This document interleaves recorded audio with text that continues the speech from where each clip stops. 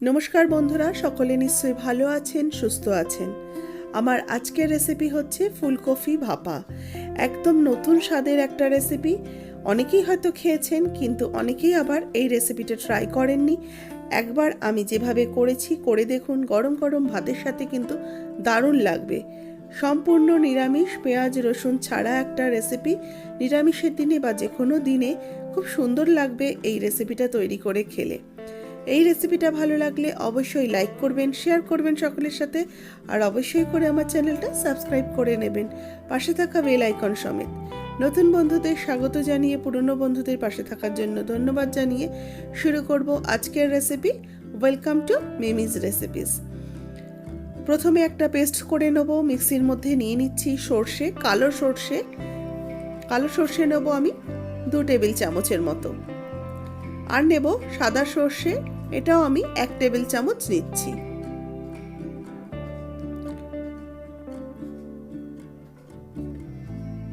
এর মধ্যে দেব একটা কাঁচা লঙ্কা, দেব সামান্য একটু নুন, আর দেব নারকেল কোড়া। নারকেল কোড়া আমি এখানে 2 টেবিল চামচ দিচ্ছি। এবার এটাকে একটা পেস্ট তৈরি করে নেব। দেখুন পেস্টটা তৈরি করা হয়ে গেছে আমার। খুব স্মুথ একটা পেস্ট তৈরি করে নিয়েছি সর্ষে, নারকেল, কাঁচা লঙ্কার। এখানে একটা ফ্রেশ ফুলকপিকে আমি ছোট ছোট করে কেটে নিয়েছি, একদম ছোট না, মোটামুটি যেরকম আমরা সাইজের কাটি সেইভাবে কেটে নিয়েছি। এবার একটা কড়াইতে আমি তেল দিয়ে দিলাম। সর্ষের তেলটা গরম হয়ে গেলে আমি কেটে রাখা ফুলকপিগুলোকে প্রথমে একটু ভেজে নেব।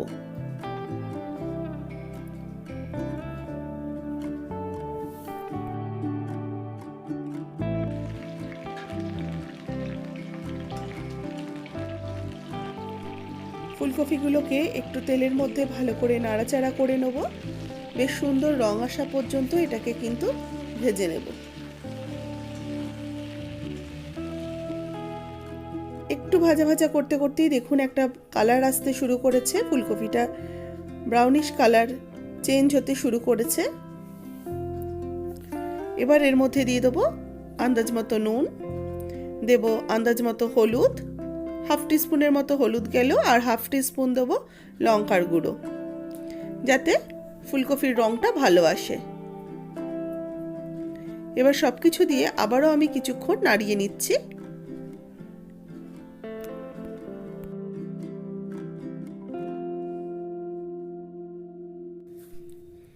এইভাবে মিনিট 3-4 আমি ফুলকপিটাকে ভেজে নিয়েছি। এটা আমার খুব ভালো করে ভাজা হয়ে গেছে। এবার এই ফুলকপিটাকে আমি নামিয়ে নেব।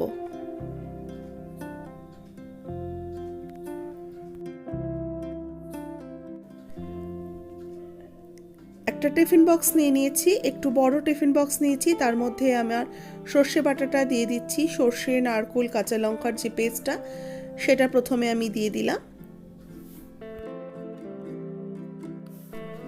দেব এর মধ্যে স্বাদ মতো নুন।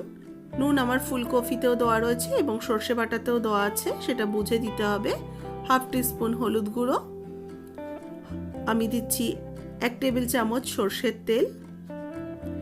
এবার এগুলোকে আমি ভালো করে মিশিয়ে নিচ্ছি প্রথমে।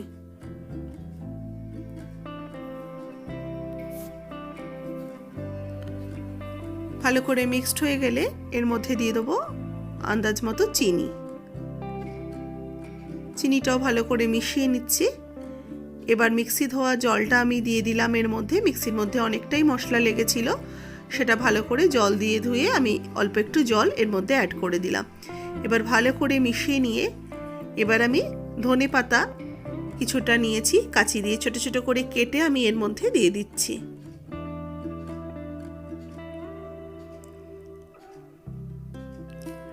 ফ্রেশ ধনে পাতা দিলে ভাপার কিন্তু আলাদা একটা ফ্লেভার অ্যাড হবে।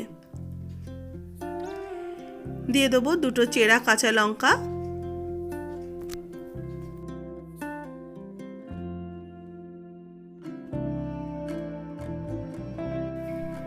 ঝালটা নিজেদের আন্দাজ মতো আপনারা কম বেশি করে দেবেন। এগুলোকে ভালো করে মিক্সড করে নিয়ে আমি ভেজে রাখা ফুলকপিগুলো এবার অ্যাড করে দেবো।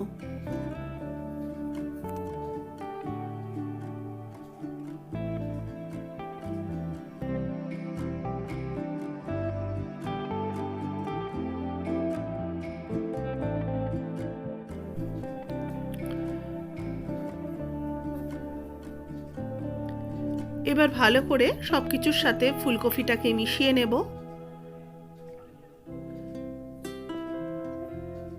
সব উপকরণ যাতে ফুলকপির মধ্যে ভালো করে মিলমিশ হয়ে যায়, তাহলেই কিন্তু খেতে ভালো লাগবে। ভালো করে মিশিয়ে নিয়েছি। এবার এর মধ্যে ওপরে একটু কাঁচা সর্ষের তেল আবারও দিয়ে দিলাম, 1 টিস্পুনের মতো। একটু ভালো করে মিক্সড করে নিয়ে এটা আমি ঢাকাটা আটকে দিচ্ছি। টিফিন বক্সে ঢাকা আটকে এটাকে আমি এবার স্টিমে হতে দেবো। তো তার জন্য আমি একটা ডেচকিতে জল গরম বসিয়েছি। একটু বড় টিফিন বক্সে করছি বলে আমার ডেচকিটা একটু বড় লেগেছে। এবার আমি জলটা ফুটতে শুরু করেছে, টিফিন বক্সটা এর মধ্যে বসিয়ে দিয়েছি। এটা আমি 10 থেকে 15 মিনিট স্টিমে রাখবো। 10-15 মিনিট পরে এটাকে আমি গ্যাসটাকে অফ করে দেবো। 10 মিনিট হয়ে গেছে, এবার গ্যাসের ফ্লেমটাকে অফ করে দিলাম। এটা এখন গ্যাসের মধ্যেই থাকবে। এটা একদম ঠান্ডা হলে তারপরে আমি নামিয়ে খুলে দেখাচ্ছি। এটা ঠান্ডা হয়ে যাওয়ার পর আমি এটাকে বার করে এনেছি। এবার আপনাদেরকে খুলে দেখাচ্ছি। দেখুন তৈরি হয়ে গেছে কিন্তু আমার ফুলকপি ভাপা। এই ফুলকপি ভাপা দিয়ে গরম গরম ভাতের সাথে অবশ্যই সার্ভ করুন। দারুণ স্বাদের খেতে হয়। ভালো লাগলে লাইক করবেন, শেয়ার করবেন সকলের সাথে।